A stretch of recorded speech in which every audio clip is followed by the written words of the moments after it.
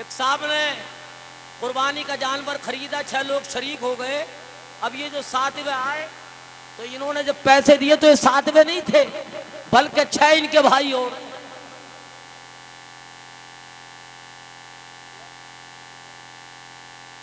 भाइयों ने 1,000 रुपए दिए तो अब 600 पहले से ही थे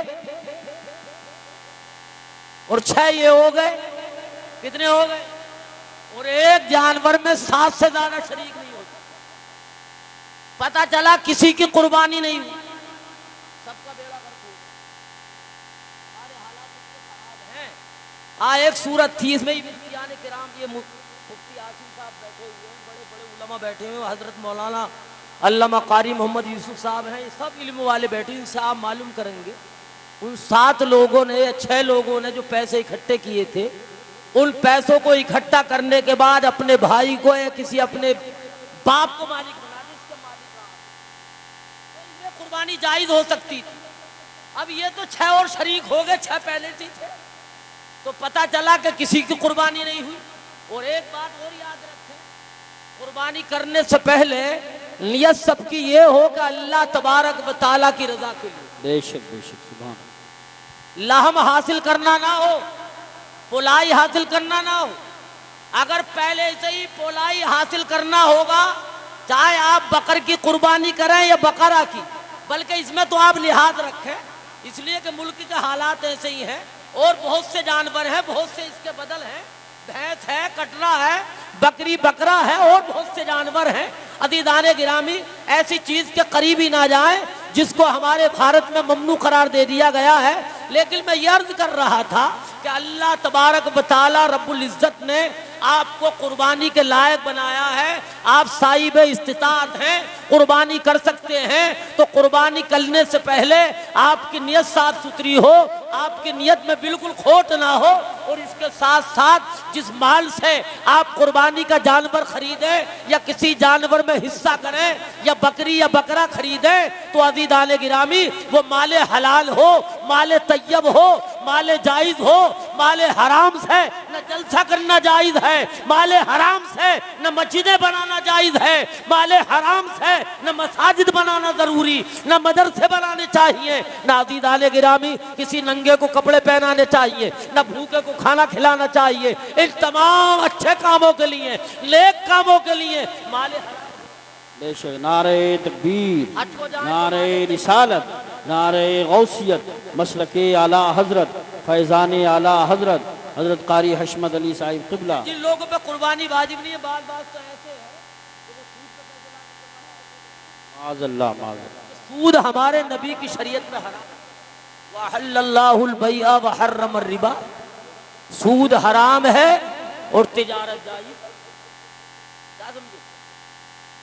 तो अगर किसी की कुर्बानी की हिम्मत नहीं है तो उसे सूद पे लाने की बेशक वाजिब है तो करा। अच्छा, ऐसा भी नहीं है कि साहब हर साल ही करनी पड़ेगी आपको।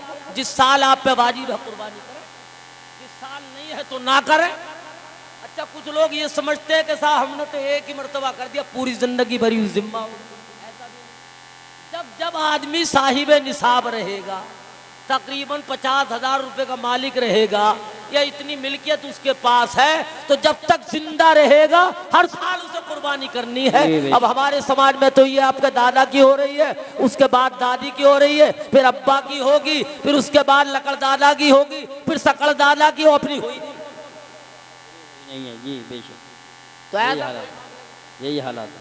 मरने वालों की जानिब से अगर आप कुर्बानी करना चाहते हैं अच्छी बात है, लेकिन अपनी करनी पड़ेगी अगर आप पर कुर्बानी वाजिब है। और एक बात और सुन ले, अगर किसी ने 20 साल से या 50 साल से कुर्बानी नहीं की है, वो कुर्बानी वाजिब थी, तो 20 साल के हिस्सों की या एक बकरी या बकरे की कीमत उसको वो सदका करना ही पड़ेगा। ये तौबा से माफ नहीं होगा, कभी आप समझो। जी जी, तौबा से अगर 20 साल से किसी मुसलमान ने कुर्बानी नहीं की है, वो 20 साल से उस पर कुर्बानी वाजिब थी, तो 20 साल की जो कुर्बानी की कीमत थी हर साल के एतबार से उसे अल्लाह तबारक व तआला की रजा के लिए गरीबों में तकसीम करना पड़ेगा। तो हमारे समाज में बहुत सी खराबियां बहुत सी बुराइयां। मैं अर्ज कर रहा था हजरत इमाम आदम अबू हनीफा रज़ियल्लाहु तबारक व तआला अन्हु बहुत बड़े ताजिर थे, तिजारत करते थे, बहुत बड़े कपड़े का इनका कारोबार था।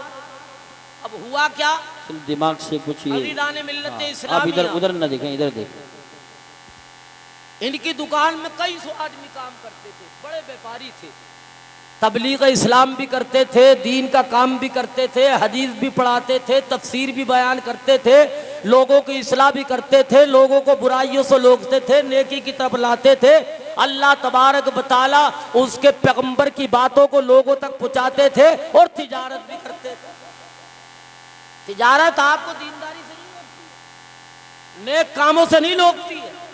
एक मरतबा ऐसा हुआ, एक कारखाने से जब कपड़ा आया तो उसमें कुछ थान ऐसे आ गए जो बोसीदा थे, जिनमें नक्श था, कमी थी। हजरत इमाम आदम अबू हनीफा रज़ियल्लाहु तबारक व तआला अन्हु ने अपने नौकरों से कहा कि जब इस थान को बेचें तो इसकी पहले कमी बताएं और इसको आधी कीमत पर बेचना। कितनी कीमत पर बेचना? आधी कीमत पर। आज हमारे क्या होता है, जो बुरी चीज हो छुपा दिया जाता है, यानी एक दाल 15 रुपए किलो के भाव तो मिली नहीं भाई, 15 को कहाँ देख रहे हैं आप, अब तो 200 से ऊपर है। एक दाल 200 को है और एक दाल 100 रुपए को है, तो 100 वाली 200 में मिला दो।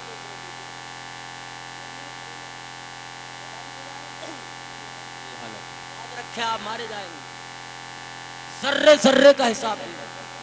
इमाम आदम अबू हनीफा ने कहा जो थान बेकार है उसका पहला आपको नक्श बताना पड़ेगा, खामी बतानी पड़ेगी, बुराई बतानी पड़ेगी, और उसके बाद इसको आधी कीमत का आप चलेगा दौरे। जब पलट करके आए, तारीख में लिखा, उलमा से आप पूछेंगे तो आपको मिल जाएगा। हजरत इमाम आदम अबू हनीफा रज़ियल्लाहु तआला अन्हु जब पलट करके आए तो दुकान में वो थान नहीं था। आपने नौकरों से पूछा थान का क्या हुआ, तो लोगों ने बताया कि सरकार को तो हमने बेच दिया। क्या आपने उसकी बुराई बयान की थी? कि सरकार याद नहीं। अच्छा आधी कीमत पे बोला, ऐसा भी नहीं, पूरी कीमत पे बेचा हमने तो क्या होना चाहिए? हजरत इमाम आदम अबू हनीफा खामोश, जो हो गया हो गया, गलती हो गई, खामोश हो गए। सबक हासिल करना। इमाम आदम अबू हनीफा ने कहा कि तलाश करो। कहा सरकार बगदाद कोई मामूली जगह, बहुत बड़ा शहर है। हमें जब हजरत इमाम अहमद हम्बल का इंतकाल हुआ था तो उनकी नमाज जनाजा में उस दौर में आप अंदाजा लगा 25 लाख लोग थे। कितनी बड़ी बस्ती होगी। आपने कहा सरकार कहाँ तलाश करें, कहाँ ढूंढे? तो अल्लाह तबारक व तआला के इस मुकद्दस बंदे ने कहा, हमारे और आपके इमाम ने कहा, हम हनफी कहलाते, इन्होंने कहा उस रोज की जितनी आमदनी सुबह से शाम तक जितनी बिक्री हुई, वरना होना क्या चाहिए था, अगर 10,000 के वो थान बेचे तो जो बेकार थे तो 10,000 रुपए गले में से निकालते थे, तकसीम कर देते। लेकिन सुबह से शाम तक जितनी बिक्री हुई, सारी बिक्री को आपने हुक्म दिया कि इसको गरीबों में सदका कर दो।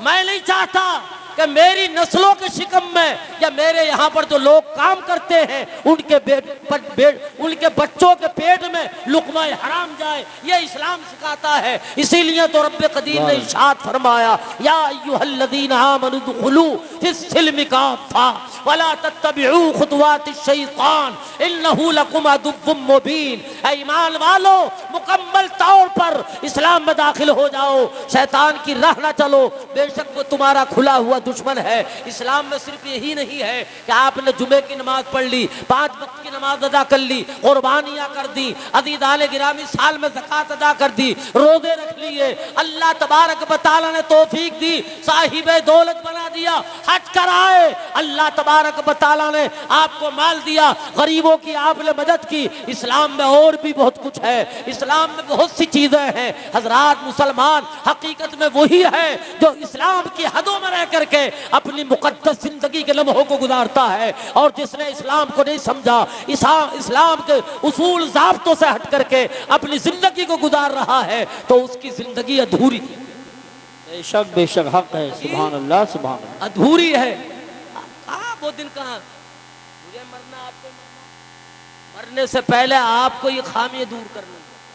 आज हमारे समाज में बहुत बुराइयां, बहुत से लोग ज्यादा तोलने का है, कम तोलने का है। हमारे ठाकुरजान में एक साहब से इंतकाल हो गया, अल्लाह उनकी मग़फ़िरत फरमाए।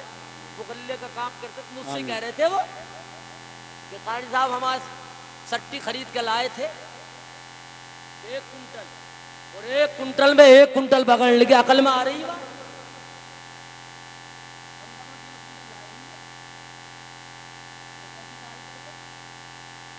गुनाह तो गुनाह है, नेकी नेकी है।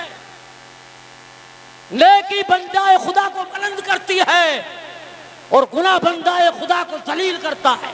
बेशक बेशक हक।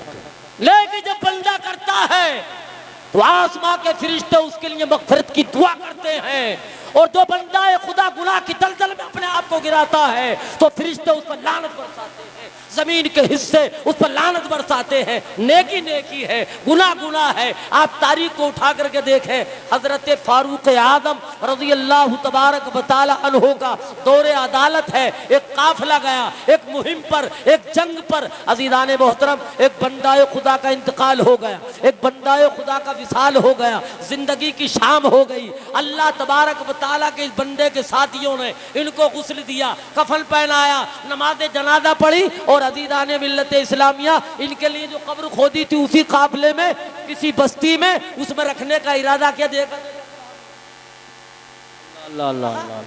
हजरत इमाम जलालुद्दीन सुयूती रहमतुल्लाह ताला अलैह अपनी किताब में लिखते हैं, आला हजरत फाजिल बरेलवी रज़ी अल्लाह तबारक व तआला अन्हु ने भी अपनी किताब में लिखा है।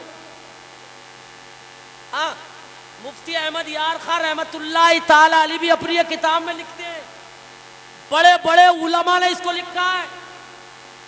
दौरे खिलाफत फारूक आजम का है।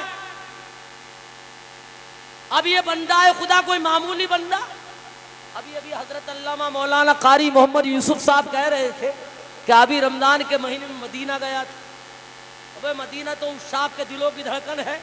आला हजरत कहते तैबा ना सही अफजल, मक्का ही बड़ा जाहिर, हम इश्क के बंदे हैं की बात बढ़ाई।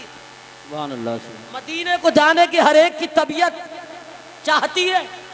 उस्ताद ज़मन अल्लामा हसन कहते हैं सिर्फ तबीयत नहीं चाहती, मरने की तबीयत चाहती है।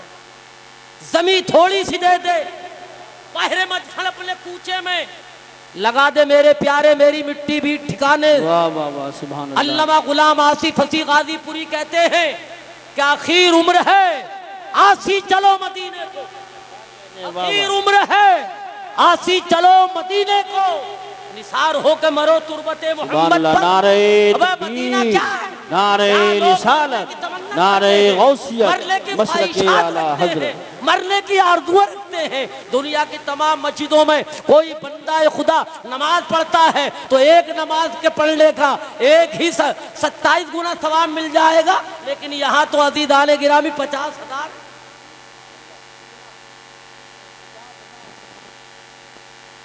हरम शरीफ में काबतुल्लाह में कोई नमाज पढ़े एक तो 1 लाख का, लेकिन अगर पैर डगमगा जाए, गुनाह करे, आंखें बहके, हाथ बहके और कोई गलती कर ले तो 1 लाख लिखी जाएगी। लेकिन सरकार फरमाती है मेरी मस्जिद है, ये मेरी मस्जिद का मकाम है। सुभान अल्लाह, सुभान अल्लाह। नेकी करोगे तो 50,000 और गुनाह होगा तो वाह वाह वाह वाह वाह सुभान आसी भी है चहीते, ये तैबा है साहिदो, आसी भी है चहीते, ये तैबा है साहिदो, मक्का नहीं के जांच जहां खैर और शर की है। हाँ, दुनिया की तमाम मस्जिदों में अज़ीज़ान मिल्लत इस्लामी आप खुदा से दुआ करें कि अल्लाह सारी मस्जिदों को आबाद रखे और हमारी कौमों के पेशानी में सिद्धों की तरफ पैदा हो, ताकि ये दूसरी कौमों के लोग हमें ताना देते तो उससे हम और हम महफूज हो जाए। नमाज़ें हम ही तो पढ़ेंगे, कोई दूसरा पढ़ना आएगा? भाई मस्जिदें हमने बनाई है, नमाज़ें हम पढ़ेंगे। तो मैं ये अर्ज कर रहा था, इस मस्जिद के नमाजी थे, फारूक आजम के पीछे भी इन्होंने नमाजें पढ़ी थी, सिद्दीक़ अकबर के मुक्तदी रहे हैं। अब ऐसे लोगों के मुक्तदी हैं, हम जैसे तो गुनाहगार पापी हैं। हाँ, ये ऐसे जिनको सरकार ने जन्नती कहा। और जन्नत में ये जाएंगे तो अकेले नहीं, सुभान अल्लाह, बल्कि अल्लाह तबारक व तआला के नबी की उम्मत में बाद उम्मती तो ऐसे हैं कि अपने साथ अज़ीज़ाने गिरामी 70,000 को लेकर। जरा गौर करें आप इस मस्जिद के नमाज। अब इनको जब दफन करने का इरादा किया, कब्र में रखना चाहा तो एक अक़दहाम हो गया। हजरत इमाम जलालुद्दीन सुयूती रहमतुल्लाह ताला अलैह अपनी किताब में लिखते हैं, इन्होंने दूसरी कब्र खोदी, अब उसमें रखने का इरादा है कि तो उसमें भी खोदी, फिर तीसरी खोदी तो तीसरी में भी मौजूद था। अब इनके होश फाख्ता हो गए, सब खौफजदा हुए, सब ने मशवरा किया, इत्तिफाक राय से ये तय हुआ कि चलो अमीरुल मोमिनीन खलीफा दोयम नाइब मुस्तफ़ा फारूक आजम की बारगाह में चले, जैसा हजरत का हुक्म होगा उस पर अमल करें। ये था हमारी कौम का हाल। आज तो बड़ों से मशवरा लेने के लिए तैयार नहीं है। भाई गांव का जो मुखिया हो, अगर कोई गांव में गलती हो जाए तो पहले मुखिया पहले फैसला कर ले अपने आप। तो हमें जरूरत है कि अपने अकाबिरीन को इकट्ठा करें। तो ये लोग आए और आने के बाद अर्ज की सरकार ऐसा ऐसा हो गया। तो अल्लाह तबारक व तआला के इस बंदे ना, भाई ये तो साहिब कश्फ लोग थे, इन्होंने कहा उसी में दफन कर दो। अगर पूरी जमीन को तो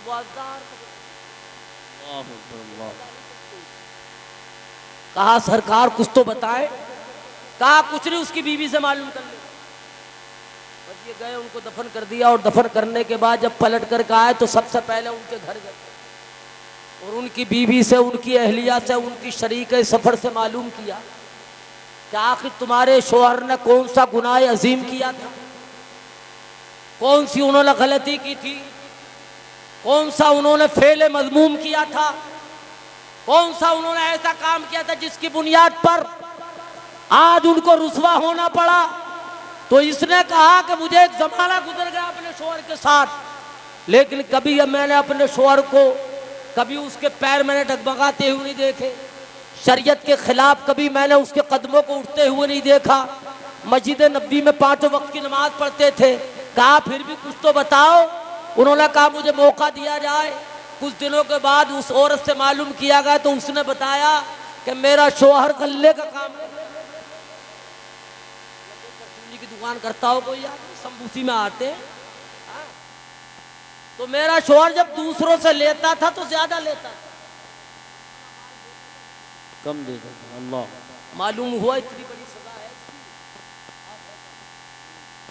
मिल्लत इस्लामिया बहुत से काम हैं ऐसे हमारे समाज में जो लोग करते हैं। अगर किसी आदमी का ऐसा काम हो जो हराम हो, उस हराम काम के अलावा कोई जायज काम ना हो पहलू से, तो उसके यहाँ पर खाना खाना भी जायज नहीं है। ये आप याद रखें। यानी कोई आदमी नाचने गाने का काम करता है, इसके अलावा पहलू में कोई दूसरा जायज काम नहीं है, तो उसके यहाँ खाना खाना हलाल नहीं है। ऐसे ही कोई बंदा डीजे बजाता, और डीजे के अलावा कोई जायज काम नहीं है। आज तो हमारी कौम कूद रही है, नंगी हो गई। अब इस्लाम में इसकी इजाजत ही नहीं है।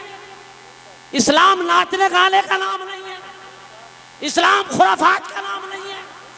इस्लाम मुस्तफा जान रहमत और मुस्तफा जान रहमत के चाहने वालों की मोहब्बत और उनकी रजा का नाम है। इस्लाम पाकीज़गी का सबक देता है, इस्लाम बुराइयों को मिटाता है, इस्लाम बगावत के शोलों को सर्द करता है, मोहब्बत का दर्द देता है, इस्लाम निफाक को मिटाता है, इस्लाम इत्तिफाक का दर्द देता है। अज़ीज़ाने गिराम, अल्लाह तबारक व तआला के रसूल की शरीयत के तहत जिंदगी गुजारो, इसी में तुम्हारे लिए कामयाबी है। वरना आप याद रखो, अभी तो कब रुसवा हम और आप, एक दौर ऐसा आएगा कि आप ज्यादा रुसवा हो जाएंगे। ये तो किसी का कर्म है, किसी का फजल है कि बार बार तुम सताए जाते हो, लेकिन किसी की मदद तुम्हारे लिए आ जाती है। अल्लाह तबारक व तआला तुम्हें परवाना इज्जत दे देता है। वरना अज़ीज़ाने गिरामी, मेरे और आपके अमाल ऐसे नहीं हैं जिसकी बुनियाद पर हमको इज्जत मिले, लेकिन ये किसी का सदका है, किसी का करम है कि जिसकी बुनियाद पर आप बाइज्जत हैं।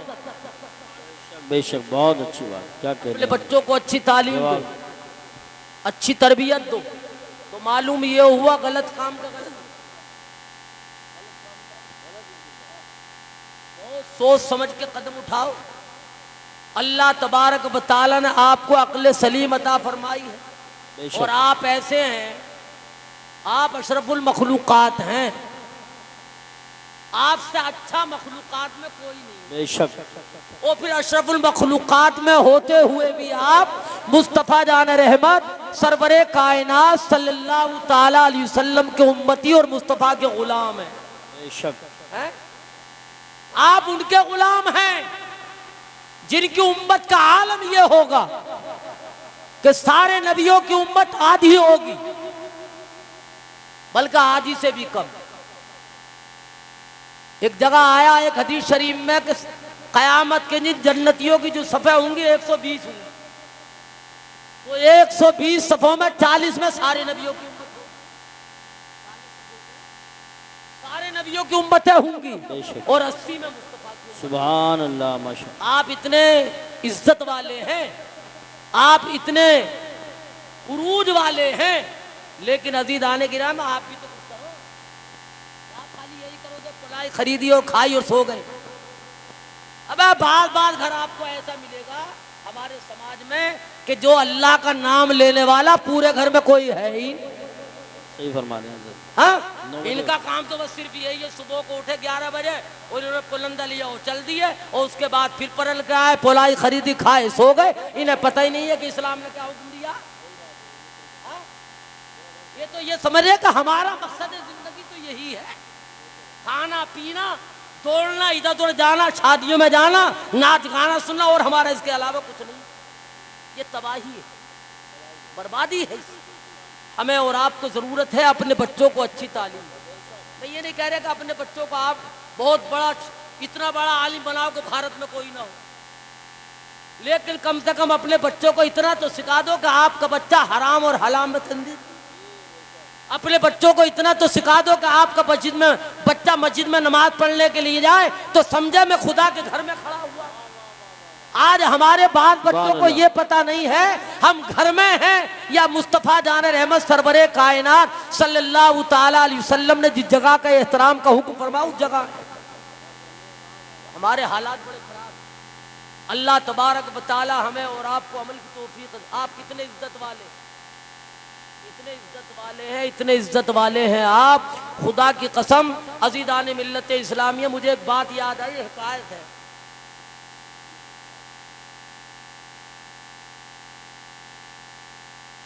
अपने बच्चों को तालीम दो, और तालीम ऐसी हो ताकि आपके मरने के बाद वो बच्चा जहां भी रहे तो आपको उसका सवाब मिलता रहे। पूरा कुरान ना सही, हाफिज कुरान ना सही, कुरान पाक को मखारिज सिफात के साथ चंद सूरतें, चंद आयतें याद कर ले, जिनको वो नमाजों में पढ़ता है। आपके 25 किलो या 50 किलो चने पढ़ना एक तरफ, और आपके बेटे ने अगर कुरान पाक की 10 सूरतें नमाजों में पढ़ी और नमाजों में बैठने के बाद में मस्जिद में आपके नाम से बैठ करके उसने उन आयतों को दोहरा दिया तो पूरे गांव का पढ़ना एक तरफ, वो उसकी 10 सूरतों। सुभान अल्लाह, माशाअल्लाह, माशाअल्लाह। रोजाना इसी तरीके से वो करेगा तो इसाले सवाब का ढेर लग जाएगा, और अल्लाह तबारक व तआला आपकी कब्र को रोशन फरमा देगा। मैं अर्ज कर रहा था, एक तारीख में ऐसे बंदाए खुदा गुजरे हैं जिनको दुनिया मुजाहिद अब्दुल रहमान के नाम से जानती है। आज भी मुसलमान है, कल के भी मुसलमान थे।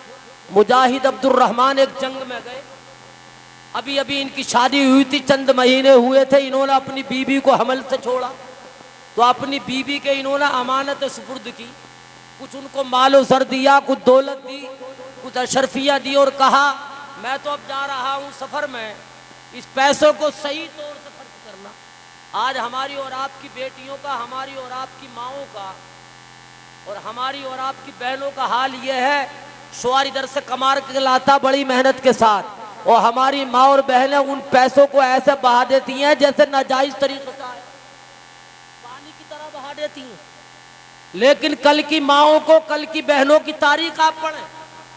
आपने कहा मैं जा रहा हूं जंग में, अल्लाह तुम्हें बच्ची दे, ये बच्चा उसकी अच्छी तरबियत करना, अच्छी तालीम देना, इस तरीके से तालीम देना जैसा कि मेरे नबी ने फरमाया, जैसा मेरे नबी का हुक्म है।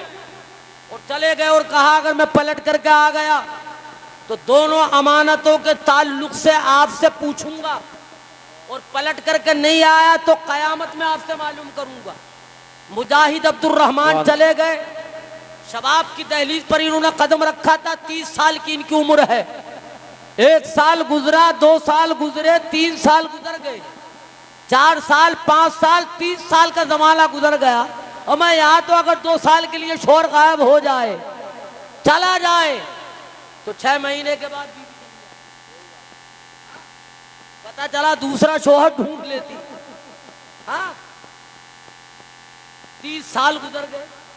30 साल में आदमी पूरा हो जाता है। जब 30 साल के बाद ये पलट कर आए, तारीख इस्लाम में लिखा है जब ये रात को दाखिल हुए मदीने में, उसी लिबास में जो फौजी लिबास था, और अपना दरवाजा खटखटाया, आवाज दी, तो एक नौजवान निकल कर के आया जिसके चेहरे पर काली दाढ़ी है, इस्लामी लिबास है, सर पे कुला शरीफ है। इसने देखा कि मेरे घर में और एक नौजवान अजनबी आदमी, इनके तेवर बदल गए कि हमारे नबी की शरीयत तो इसकी इजाजत नहीं देती कि अजनबी आदमी का हमारे घर में क्या काम, और आज तो हमारे यहाँ इजाजत है कि जब चाहो आ सकते हो। वो जब चाहो, रात की तारीकियों में आओ या दिन के उजाले में आओ, जुमे रात को आओ या जुमे को आओ, तुम्हारे लिए कोई प्रतिबंध नहीं है। जब तुम्हारी तबीयत करे आ सकते हो। ये इस्लाम के खिलाफ है। इस्लाम यही बताता है कि अज़ीज़ाने गिरामी, और आने वाला भी ये ख्याल करे, अगर घर में से इजाजत मिले कि आ जाओ तो चले जाओ, इजाजत ना मिले, आवाज ना मिले तो पलट करके चले जाओ, बुरा ना मानो। इस्लाम यही कहता है। अज़ीज़ाने मिल्लत इस्लामिया, इन्होंने आवाज दी, नौजवान निकल कर के आया। अब ये चाहते थे कदम रखना घर में, तो नौजवान ने कहा ये तो मैंने आपको मुसलमान जान करके रात की तारीकी में आपकी आवाज को सुना, तो मैंने अपने आका की शरीयत के तहत इसलिए कहा मुसाफिर है, दरवाजा खोल दिया कि हो सकता कोई मुसाफिर परेशान हो, उसकी परेशानी को दूर कर दूं। लेकिन ये कहाँ का दाफ्ता है कि बगैर इजाजत के मेरे घर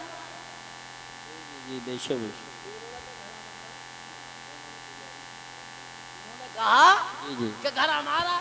उसने कहा आपका क्यों होता, हमारा है। इतने दिन तो मुझे हो गए तकरीबन 29 या 28 साल से इस घर में मैं रहा हूं। तो हजरत इमाम मालिक रहमतुल्लाह ताला अलैह, ये घर हजरत इमाम मालिक के उस्ताद का था।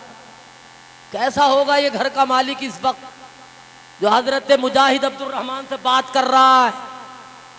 जरा गौर तो करें आप, यानी जिसकी बारगाह में इमाम मालिक जैसा इमाम पढ़ता हो, उन्होंने आवाज सुनी अपने उस्ताद की और मुजाहिद अब्दुर रहमान की, तो बाहर को निकले और देख कर अंदर को चले गए कि मुजाहिद अब्दुर रहमान आ गए। अल मुख्तसर हुआ क्या, अज़ीज़ाने मिल्लत इस्लामिया, इनकी बीबी ने आवाज सुनी, वो आ गई, और आने के बाद फौरन अपने शोहर का गट्टा पकड़ा, घर में ले गया।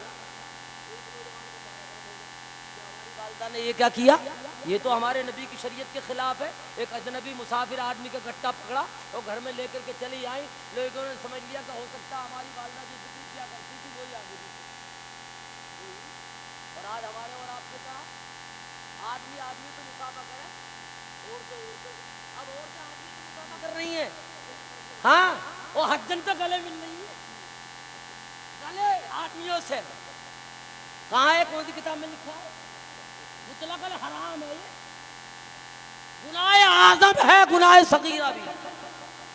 जी, अल मुख्तसर, मुजाहिद अब्दुर रहमान ने अपनी बीवी से कहा, तो इस नौजवान ने समझ लिया कि मेरे वालिद आ गए। कहा मेरी अमानतों का क्या हुआ? तो इन्होंने कहा बेहम्दिही ताला, मेरा रब गवाह है, मैंने शहर मदीना में आपकी अमानतों की ऐसी हिफाजत की है कि अल्लाह तबारक व तआला अल इस्लाम की शहजादी को ऐसा जज्बा अता फरमा कि अपने शोहर की अमानतों की हिफाजत करें। आमीन। इन्होंने खाना तैयार किया, बिस्तर पर सो गए। अरे मियाँ बीवी इनसे भी आ गई थी। सुबह को मस्जिद के मीनारों से सदाएं बुलंद हुई, तो इनसे पहले जागी हुई थी, वुदू कर रही थी, ये भी उठ गए, नमाज पढ़ने के लिए तैयार हो गए। इन्होंने फिर सवाल कर दिया हमारी अमानत का क्या हुआ? तो कहा मस्जिद में जाओ, एक जमाने के बाद आयो, मस्जिद में नमाज पढ़ना, आका की मस्जिद में, उसके बाद रोज़े रसूल पर जाना, सलातो सलाम पढ़ना, और जब वहां से पलट करके आओगे मस्जिद नबवी शरीफ, मिंबर पे तुम्हारी अमानत मिल जाएगी। कहा मैंने जो कहा सच है।